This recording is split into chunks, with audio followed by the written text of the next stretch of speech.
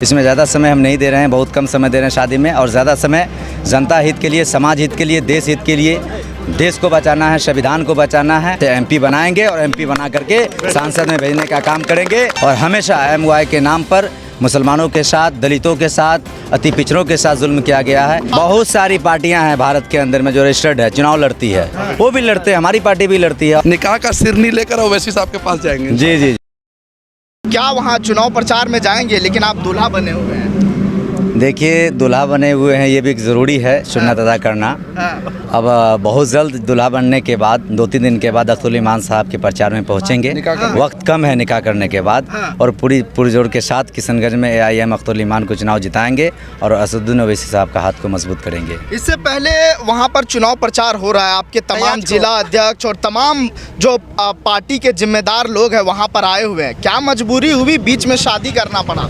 देखिए, मजबूरी वैसे कुछ भी नहीं थी। ये इलेक्शन का जो चुनाव अपडेट हुआ है, ये बहुत पहले हमारा डेट पड़ चुका था शादी का, और इलेक्शन कमीशन की ओर से जो है इस बीच में जारी किया गया, और ये पुराना डेट बना हुआ था, तो लगा कि उस डेट में ही शादी कर लिया जाए, बेहतर है। इसमें ज़्यादा समय हम नहीं दे रहे हैं, बहुत कम समय दे रहे हैं शादी में, और ज़्यादा समय जनता हित के लिए, समाज हित के लिए, देश हित के लिए, देश को बचाना है, संविधान को बचाना है। और हम बहुत जल्द भाजपा को रोकना है, और बहुत जल्द जो हम लोग आ रहे हैं, हमारे जिला अध्यक्ष महोदय भी भाजपा को रोकना है और भाजपा को हटाना है यहाँ से, और बहुत यही सब मामला है।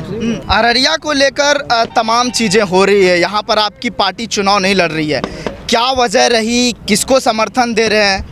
देखिए, अभी तक हम लोग समर्थन की बात जहाँ तक कह रहे हैं तो वो क्लियर नहीं किए हैं, लेकिन बहुत जल्द हम लोग समर्थन देंगे, और ऐसे लोगों को समर्थन देंगे जिसको अररिया का यहाँ से MP बनाएंगे, और MP बना करके सांसद में भेजने का काम करेंगे, जो अररिया की मुद्दों की उठाएगी। जो अररिया पूरे बिहार में सबसे पिछड़ा इलाका है, और यहाँ अल्पसंख्यकों की संख्या ज़्यादा है, और इसलिए अररिया को हमेशा दबाया गया है, कुचला गया है, और हमेशा MY के नाम पर मुसलमानों के साथ, दलितों के साथ, अति पिछड़ों के साथ जुल्म किया गया है। इसलिए यहाँ जो अब हमारी पार्टी की ओर से जिसको समर्थन दिया जाएगा उसके साथ हम लोग खड़े हैं।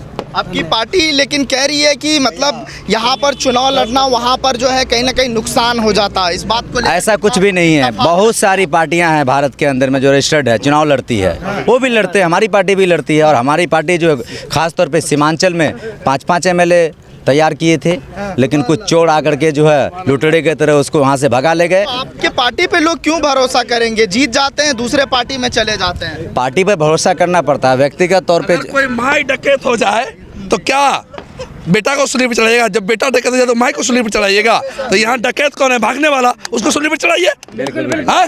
ठीक है, सेहरा बंधा हुआ है आपका अख्तरुल ईमान के समर्थन में। आप एकदम कल के बाद हम वहीं किशनगंज की जमीन पर हैं। कल के बाद सुन्नत अदा करने के बाद वहाँ अदा होगा, वहीं अदा होगी जी। निकाह के बाद आप वहाँ जा रहे हैं? एकदम निश्चित जा रहे हैं, निश्चित। ओवैसी साहब भी है अभी 4 दिन। एकदम बिल्कुल है, 4 दिन है तो 3 दिन हम भी वहाँ शामिल हैं। सिरनी लेकर जा रहे हैं जी। निकाह का सिरनी लेकर ओवैसी साहब के पास जाएंगे। जी जी जी, इंशाल्लाह।